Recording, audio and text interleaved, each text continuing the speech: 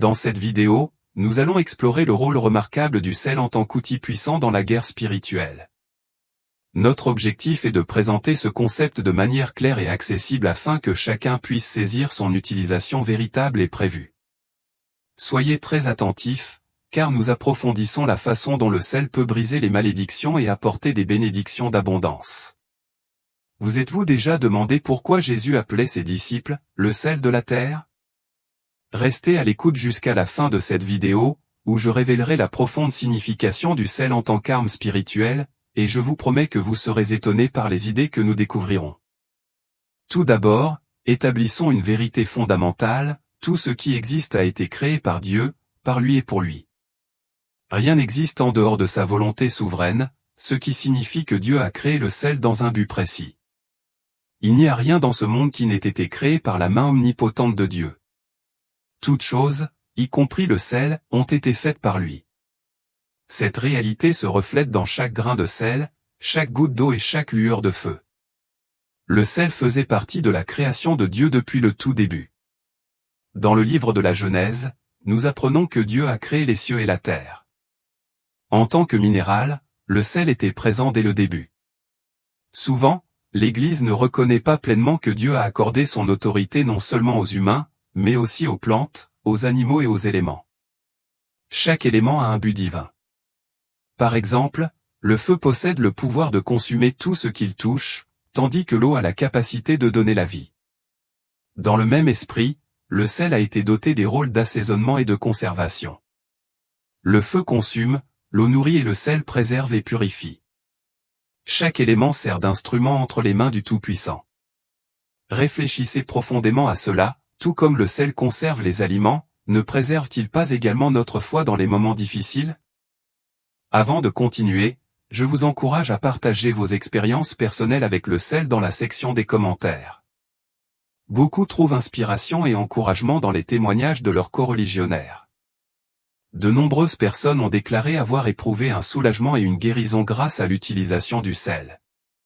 Par exemple, une sœur a été témoin d'une transformation miraculeuse dans sa vie après s'être ointe les mains avec du sel. Avez-vous ressenti une différence après avoir incorporé du sel dans vos prières ? Partagez votre histoire avec nous et dites-nous comment Dieu a travaillé dans votre vie à travers ce minéral extraordinaire. Continuons notre exploration du rôle profond du sel dans la guerre spirituelle. Dans l'Antiquité, le sel était vénéré pour son pouvoir extraordinaire. Il n'était pas seulement un assaisonnement ou un conservateur, mais servait également de monnaie d'échange. À Rome, les fonctionnaires étaient payés en sel, c'est pourquoi le mot « salaire » en est dérivé. Jésus enseignait souvent par des paraboles, mais tous ces enseignements ne sont pas purement symboliques. Tout comme l'huile, le pain et le vin ont une signification sacrée dans le christianisme, le sel mérite également notre attention et notre respect. Pourtant, alors que nous acceptons volontiers l'utilisation de l'huile dans nos pratiques religieuses, certains nourrissent des doutes quant à l'efficacité spirituelle du sel. Il existe une idée fausse selon laquelle le sel est associé à des rituels sombres et doit donc être évité.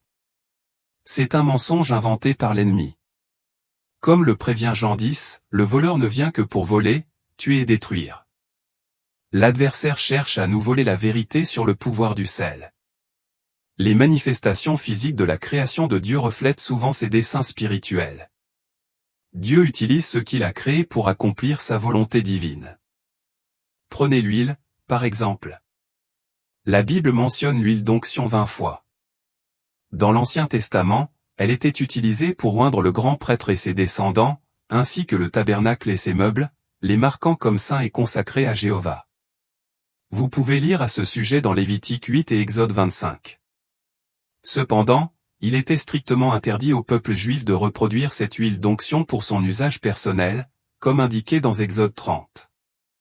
La recette comprenait de la myrrhe, de la cannelle et d'autres ingrédients naturels, dont aucun n'avait de pouvoir surnaturel inhérent. Le pouvoir résidait dans l'obéissance aux commandements de Dieu, démontrant la sainteté par le rituel. Si Dieu nous demande d'utiliser de l'huile, nous devons suivre ce commandement. Arrêtons-nous un instant pour réfléchir à ce principe. Dieu nous appelle à utiliser ses créations avec un but précis. S'il nous ordonne d'utiliser de l'huile pour l'onction, nous le faisons par obéissance. Le même principe s'applique au sel. En négligeant l'utilisation du sel, nous négligeons un outil puissant que Dieu nous a donné. Le sel, comme l'huile, a un rôle sacré lorsqu'il est utilisé selon la volonté de Dieu. Matthieu 5 nous dit, « Vous êtes le sel de la terre ». Nous ne devons pas permettre à l'ennemi de nous voler cette vérité.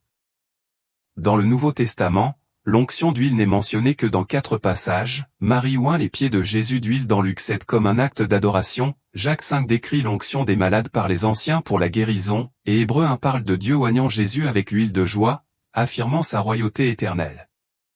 Ces exemples illustrent comment Dieu utilise des éléments physiques pour transmettre des vérités spirituelles et accomplir sa volonté. Prenons un autre exemple illustratif, le bâton de Moïse. Dieu a donné à Moïse le pouvoir de manifester sa puissance divine au bâton qu'il tenait. Lorsque Dieu lui a demandé, « Que as-tu dans la main ?» Moïse a répondu, « Un bâton. » Dieu lui a alors demandé de le jeter à terre, et il s'est transformé en serpent. Cet acte avait pour but d'affirmer la présence et la puissance de Dieu. Les prophètes d'autrefois utilisaient divers éléments en l'eau, le sel, l'huile, les manteaux et les bâtons dans leur ministère. Ils n'adoraient pas ces objets, mais les utilisaient comme instruments dans leur mission prophétique. Ils comprenaient que sans la direction divine, ces éléments pouvaient devenir de simples rituels. Tout ce que nous avons discuté est fermement ancré dans les Écritures. L'ennemi imite et corrompt souvent ce que Dieu a créé. Dans certaines cultures, le terme « salé » est utilisé pour désigner la malchance, associant le sel à la sorcellerie, car on sait que les sorcières utilisent le sel pour lancer des malédictions. Reconnaître ces pratiques ne nie pas la réalité du mal. Il n'existe pas de « magie blanche » de Dieu. Tout acte qui n'est pas dirigé par le Saint-Esprit est fondé sur la Bible et de la sorcellerie. L'ennemi, en tant qu'usurpateur, tente de déformer et d'exploiter les créations de Dieu pour ses propres desseins.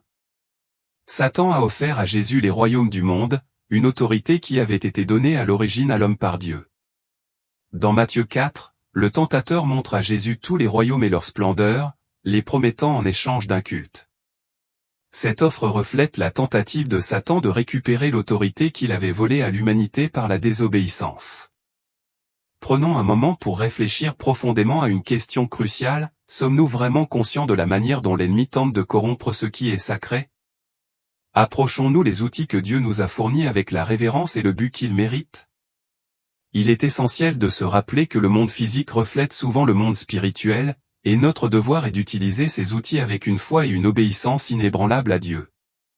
Comme nous le rappelle Éphésiens 6, car nous n'avons pas à lutter contre la chair et le sang, mais contre les dominations, contre les autorités, contre les princes de ce monde de ténèbres, contre les esprits méchants dans les lieux célestes.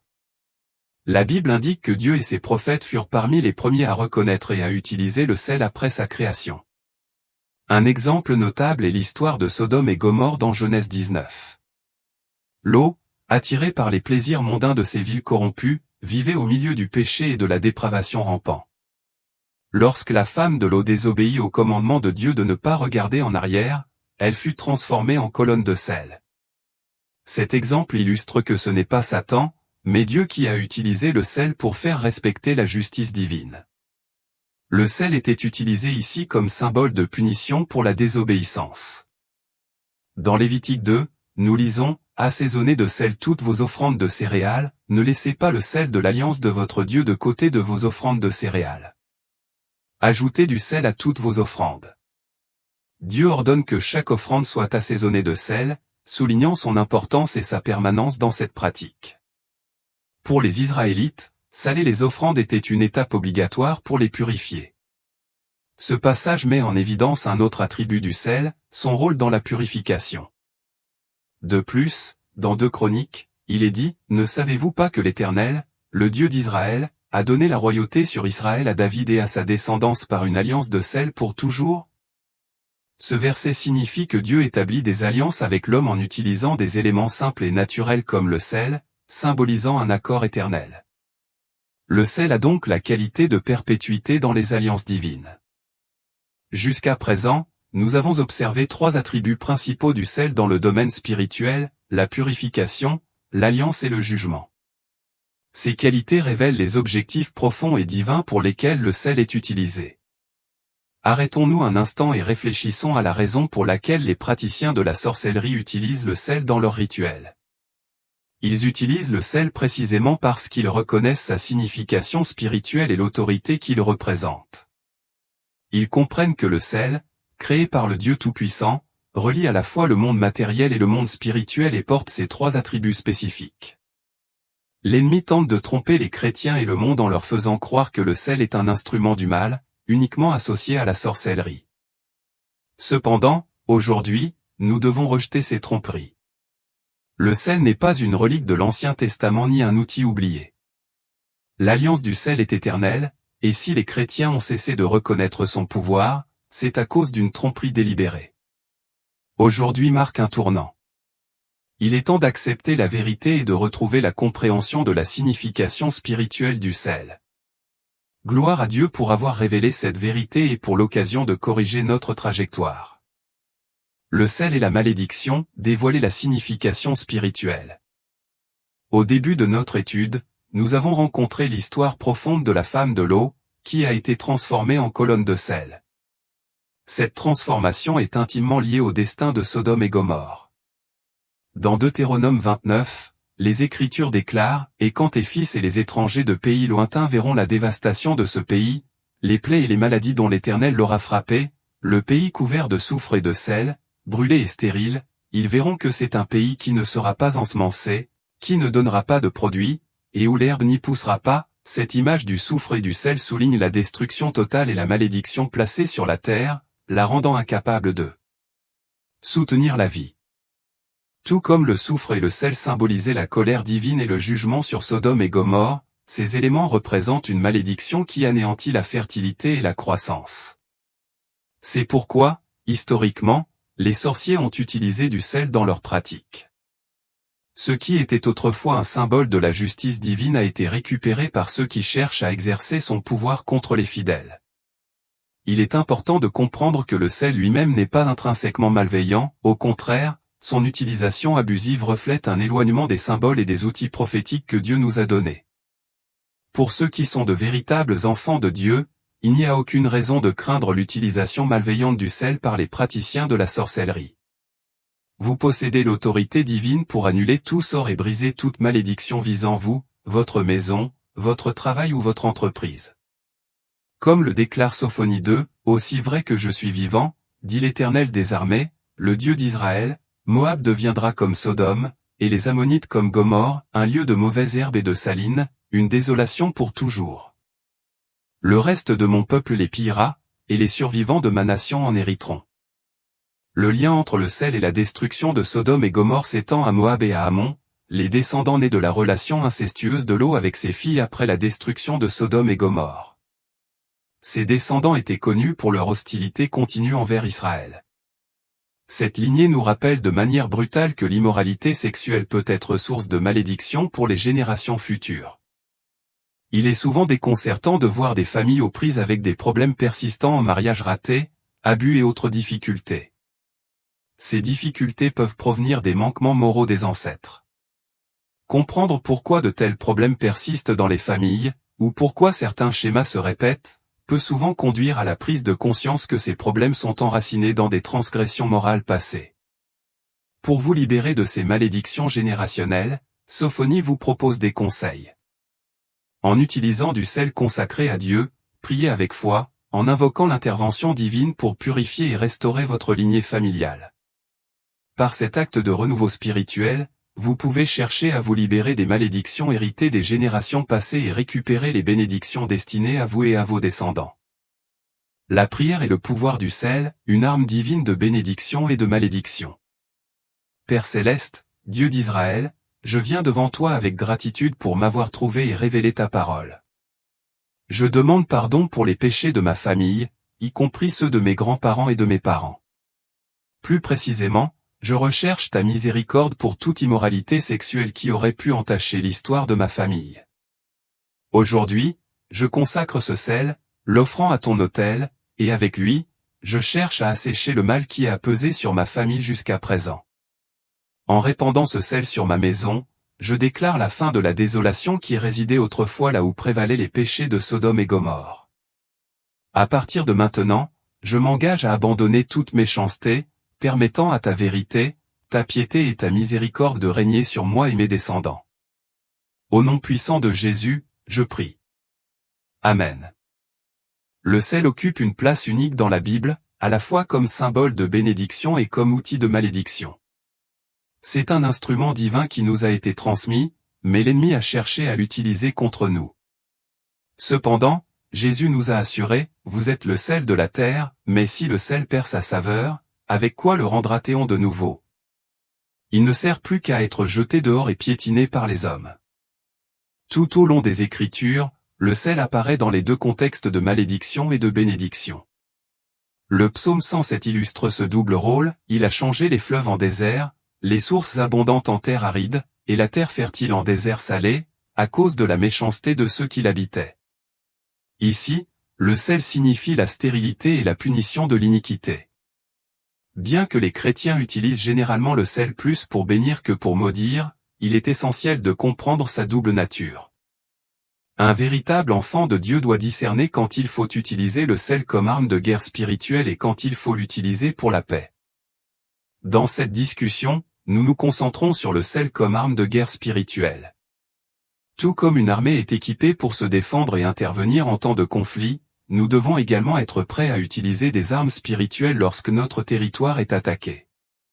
Malheureusement, l'ennemi s'engage activement dans une guerre spirituelle contre les domaines chrétiens, ce qui nécessite l'utilisation stratégique du sel pour contrecarrer ses avancées. Pour fortifier vos défenses spirituelles, prenez le sel consacré à Dieu et distribuez-le dans votre maison, votre quartier et votre ville. Rejoignez-moi dans cette puissante prière. Père céleste, Dieu d'Israël, aujourd'hui je prends ce sel de l'Alliance et le disperse sur ma ville, ma maison, mon quartier, mon église et sur toute zone touchée par les œuvres de l'ennemi. Mon objectif est de dissoudre toute sorcellerie, toute idolâtrie et tous les pactes obscurs conclus par les sorciers. Je lance un ultimatum à ces praticiens, repentez-vous de vos mauvaises actions, ou faites face au jugement du Dieu vivant. Au nom de Jésus, je lie toute forteresse et tout esprit de vengeance dirigé contre moi et mes proches. À partir d'aujourd'hui, que la méchanceté soit éradiquée de cette ville. Au nom de Jésus, que cela soit écrit et que cela soit fait.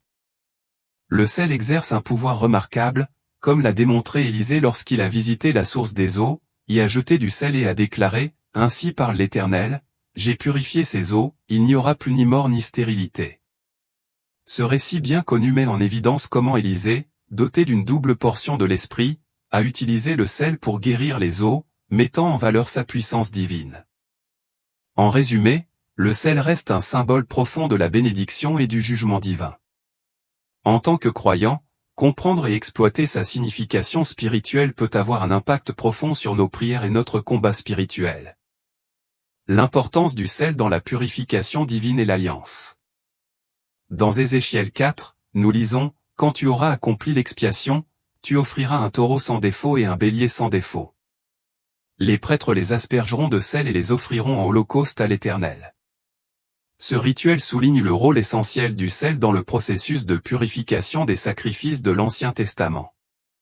Le sel n'était pas seulement un assaisonnement, il symbolisait la pureté et la sanctification divine, essentielle pour présenter des offrandes acceptables par Dieu. Considérez le voyage de l'argent avant qu'il n'atteigne l'autel en tant qu'offrande ou dîme. Cet argent passe souvent par différentes mains et différents endroits, dont certains peuvent être loin d'être vertueux, comme des voleurs, des meurtriers ou des établissements de mauvaise réputation. Le sel consacré, béni et mis à part pour le service de Dieu, agit comme un agent purificateur. Il peut sanctifier l'argent que vous apportez, garantissant qu'il est nettoyé de toute contamination spirituelle avant d'être présenté à Dieu. Règle d'or pour la consécration du sel. Si vous souhaitez consacrer du sel à Dieu, abordez cette tâche avec révérence et respect. Lorsque vous achetez du sel pour la consécration, achetez un paquet complet et réservé en 100% pour le service de Dieu. Ce sel doit être utilisé exclusivement à des fins divines et non mélangé à du sel ordinaire utilisé pour la cuisine ou d'autres tâches banales. De même, achetez un nouveau récipient spécialement à cet effet, en le consacrant uniquement à honorer Dieu. Ce principe s'applique également à l'huile utilisée dans les pratiques spirituelles.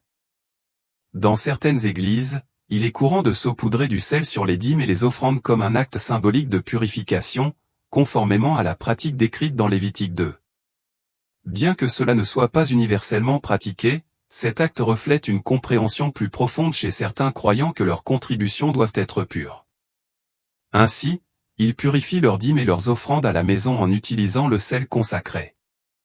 Le concept de l'alliance du sel est illustré dans Nombre 18, où il est dit « Je te donne, à toi, à tes fils et à tes filles avec toi, toutes les offrandes des choses saintes que les enfants d'Israël offriront à l'Éternel, par une loi perpétuelle. » C'est une alliance de sel pour toujours devant l'Éternel, pour toi et pour ta descendance avec toi. Cette alliance durable du sel symbolise une relation perpétuelle et indestructible avec Dieu. L'alliance reste valable aujourd'hui pour ceux qui cherchent et honorent Dieu selon les Écritures. Vous pourriez penser, mais cela était spécifique aux Israélites. Cependant, en tant que croyants greffés dans la même lignée divine, nous partageons les promesses faites à ceux qui cherchent Dieu. Le sel, avec ses qualités de conservation, signifie durabilité et loyauté, ce qui en fait un symbole approprié pour une alliance perpétuelle. Tout comme le sel empêchait la décomposition et symbolisait la permanence des relations dans les anciennes coutumes orientales, il représente également notre engagement durable envers Dieu. En Orient, le partage du sel dans un repas était le symbole d'un lien d'amitié indestructible. En incluant du sel dans leur repas partagé, deux personnes établissaient une amitié durable, s'engageant à ne jamais se trahir ni se faire de mal. Cette tradition met en évidence le rôle du sel comme marqueur de loyauté et de fidélité durable. Dieu voulait que chaque sacrifice soit un rappel de la relation d'alliance avec lui. L'inclusion du sel dans ces rituels soulignait l'engagement à respecter fidèlement l'alliance. La gravité de la rupture d'une alliance du sel était soulignée par le fait que le non-respect ou la trahison était souvent puni de mort, reflétant la gravité du maintien des promesses d'alliance envers Dieu. En résumé, l'importance du sel s'étend au-delà de ses propriétés physiques. Il incarne les principes de purification, de loyauté et d'engagement durable envers l'alliance divine, renforçant notre relation avec Dieu et nos pratiques spirituelles. Le pouvoir et l'engagement de l'alliance du sel. Un jour, un historien américain s'est retrouvé à faire des recherches sur une ville du Moyen-Orient. Alors que la nuit tombait et que les dangers des routes obscures devenaient évidents, il chercha refuge dans une tente voisine, appartenant probablement à des individus connus pour s'attaquer aux voyageurs égarés. Malgré le risque potentiel, l'historien s'approcha de la tente, expliquant que la ville qu'il comptait atteindre était encore loin et que voyager de nuit présentait de sérieux dangers. Le propriétaire de la tente, révélant sa véritable identité de voleur, questionna la confiance de l'historien en lui. « Ne sais-tu pas que je suis un voleur ? Comment sais-tu que je ne te volerai pas et que je ne te ferai pas de mal ?» demanda-t-il. Le voyageur, imperturbable, répondit « Oui, je sais que tu es un voleur, mais je vais conclure avec toi une alliance du sel. » Le voleur, reconnaissant la gravité et le caractère sacré d'une telle alliance, accueillit chaleureusement le voyageur. Ils partagèrent un repas assaisonné de sel, symbole de leur accord. Le matin venu, le voleur prouva son engagement en gardant les affaires de l'historien toute la nuit. Il compta même méticuleusement les biens du voyageur et les rendit. Fidèle à sa parole, le voleur escorta l'historien en toute sécurité jusqu'à la ville, honorant l'alliance qu'ils avaient conclue. Cet incident illustre la nature durable de l'alliance du sel en Orient, un accord si profond qu'il est maintenu même au-delà de la mort de l'une des parties impliquées. Dans un autre exemple, un marchand est allé acheter 100 moutons à un berger, mais a découvert que le berger en avait 300 disponibles. N'ayant pas la somme d'argent nécessaire, le marchand a proposé une alliance du sel, promettant de payer les 200 moutons restants dans les 60 jours. Le berger a accepté, et ils ont scellé leur accord avec un repas assaisonné de sel. Malgré la mort prématurée du marchand 30 jours plus tard, son fils a honoré l'alliance en payant le reste de la dette dans le délai convenu. Cette histoire renforce la nature de l'alliance du sel en tant qu'engagement mutuel contraignant qui transcende les vies individuelles. Tout comme le fils du marchand a tenu la promesse de son père, l'alliance du sel représente un accord sérieux et continu avec Dieu. Ce n'est pas simplement un acte formel, mais une relation mutuelle profonde qui exige une adhésion fidèle aux commandements de Dieu. Dieu promet d'être notre Dieu, et en retour, nous devons l'honorer par notre obéissance et notre fidélité. Exode 20 souligne l'importance de la « vallée du sel », un lieu où la victoire s'obtient par la persévérance et l'engagement. Ce concept est encore illustré dans 2 Samuel, où David acquiert une renommée en vainquant 18 000 Araméens dans la vallée du sel, mettant en valeur les bénédictions qui découlent du combat pour ce qui est juste et équitable. En résumé, l'alliance du sel représente un accord sacré et durable entre Dieu et l'humanité, marqué par un engagement et une fidélité mutuelle. Elle nous rappelle l'importance de respecter nos promesses et de vivre selon les commandements de Dieu, en veillant à ce que notre relation avec lui reste inébranlable et vraie. La vallée du sel est le pouvoir de la foi active. Dans la vallée du sel, les récits historiques et bibliques s'entremêlent pour révéler de profondes leçons sur la foi, la lutte et l'intervention divine. Cette vallée a été le théâtre de victoires importantes pour les Israélites.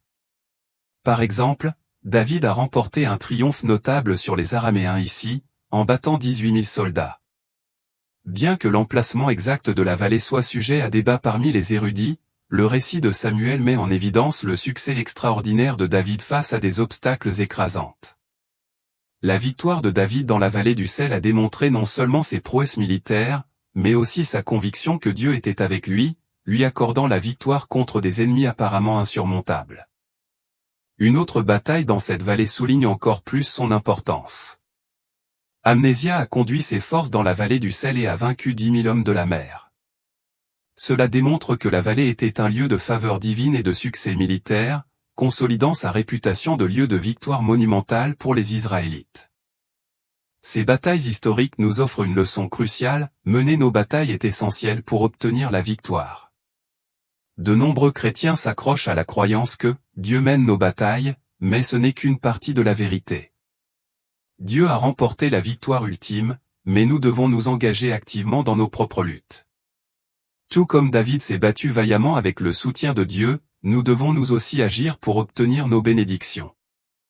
Le christianisme moderne met souvent l'accent sur la prière et la supplication, qui sont des éléments importants. Cependant, il existe un aspect crucial de la foi qui implique une participation et un effort actif. Jésus, en tant que Verbe fait chair, n'a pas seulement prié, il a agi. Il a accompli des miracles et s'est engagé auprès du monde pour manifester la volonté de Dieu.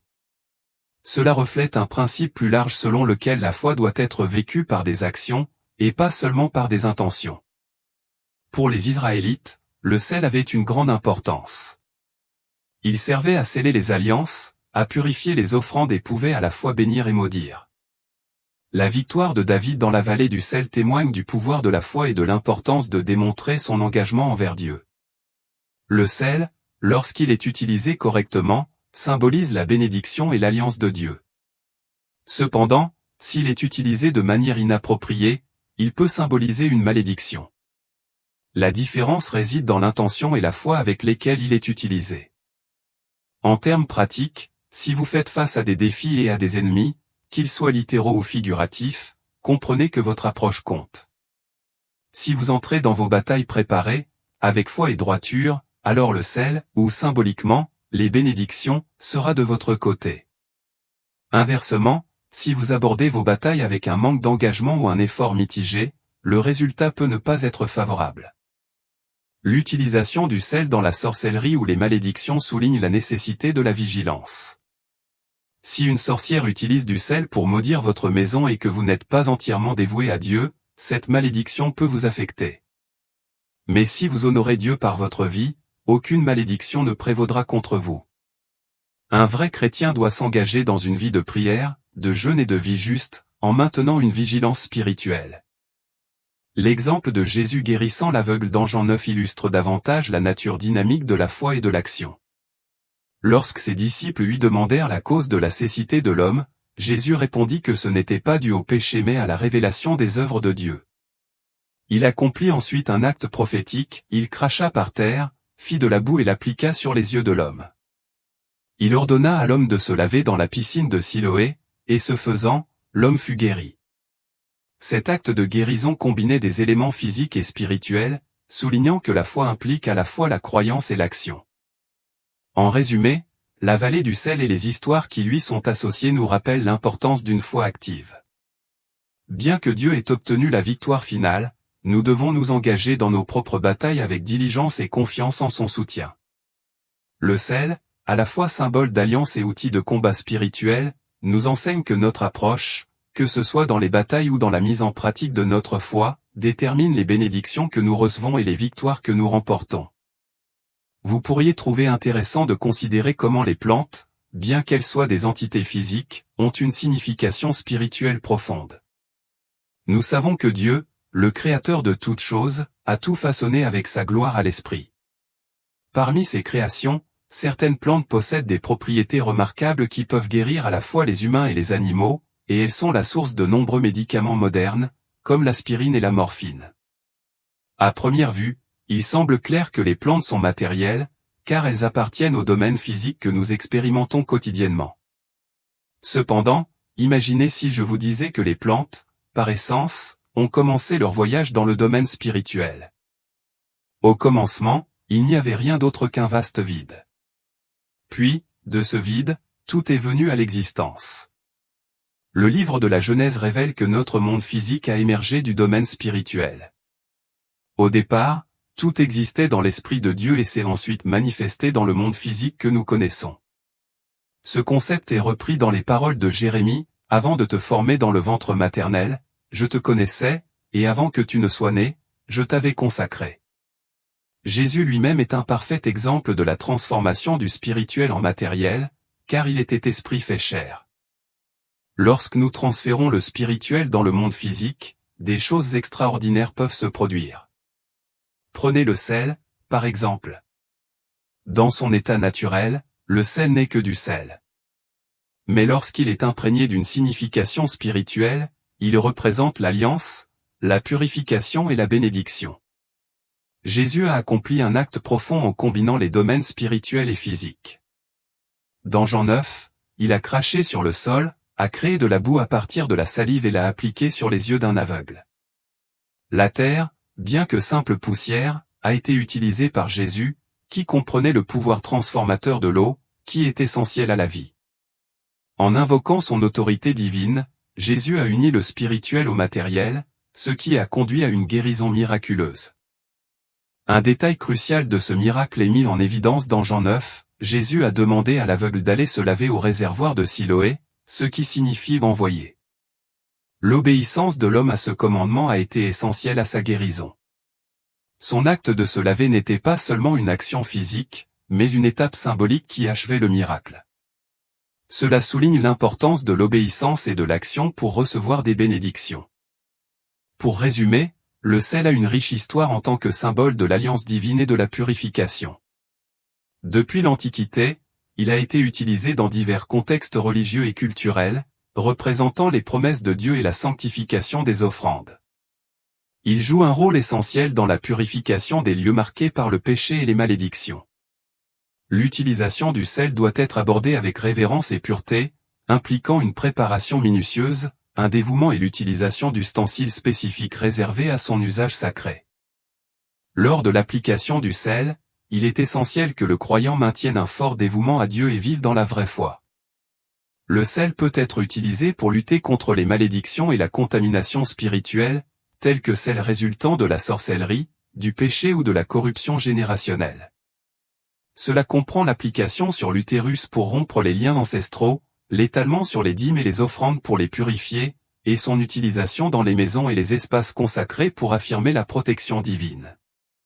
Dans les cultures orientales, le sel symbolise également un engagement contraignant, garantissant une confiance et une loyauté mutuelle, reflétant sa profonde signification dans les domaines spirituels et pratiques. Cependant, il est essentiel de se rappeler que le sel, comme tout autre instrument, n'aura aucun effet sans une foi et un engagement véritable envers Dieu.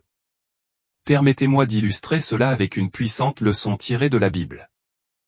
Vous vous souvenez peut-être de l'histoire du serpent de bronze que Dieu a demandé à Moïse de créer, comme le raconte Nombre 21.